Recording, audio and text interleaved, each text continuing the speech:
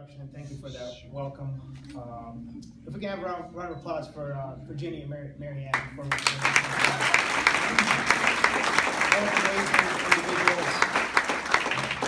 and I want to thank you, Tom. Thank you to Wildwood for inviting me here for this very special celebration as we celebrate 50 years. Let's hear it for 50 years. 50 years.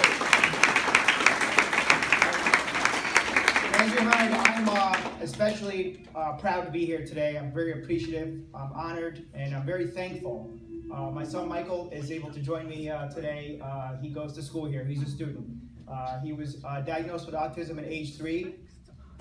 And as parents, my wife and I always wanted what's best for Michael. And we're so very proud that he's a student here at Wildwood. Michael!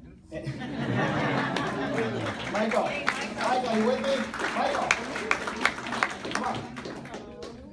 All right, he's with me. And I talk about Michael all the time, especially when I'm at the Capitol. It's very important to talk about the challenges that we face together. Michael, I can tell you, he is my best friend. He's my inspiration for a lot of the legislation that I do up at the state Capitol, and he's my angel. He's always with me, whether he's able to make these events or not. He's always with me. I think the Wildwood School made this, but when he's not, I share his picture. He's there with me when we fight for things like direct care workers, when we talk about legislation. So today I'm very happy that he's here in person to share as we celebrate 50 years. So yeah, let's give him a round.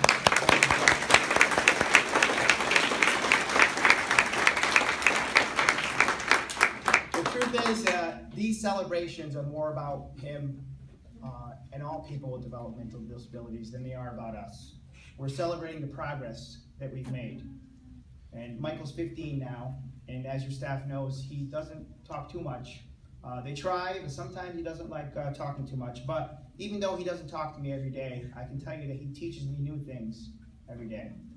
And it has led me to the most rewarding work that I could ever be doing, working with amazing advocates like all of you in this room. It's a privilege to be able to have talked to so many parents as a legislator and as a parent. And Michael is really a big part of that, and I love him very much. He's made significant progress, as I said, because we have an incredible resource right here at Wildwood.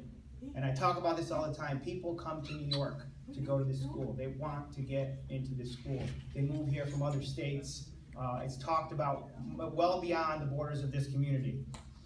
For 50 years, Wildwood has been unlocking the potential of so many with effective teaching and guidance. I talked about the book, and I brought some of his stuff along.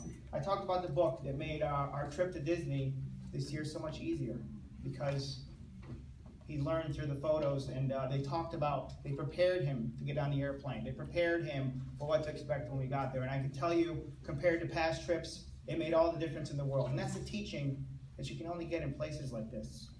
And as a father, I cannot thank you enough for the amazing work you're doing.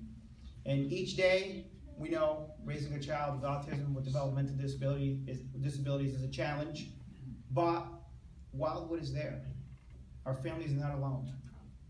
And I know how important, I think Mary Ann mentioned this, I know how important the staff is that work with my son are to his success and his well-being. So each morning, including this morning,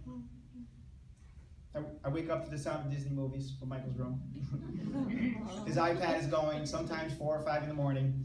He likes to sit in his closet, but you can still hear it because he likes to turn it all the way up. Yeah, he's smiling now. He sits in the closet till breakfast. He doesn't like a lot of bright lights. So most days, my house is very dark when there's no sun outside.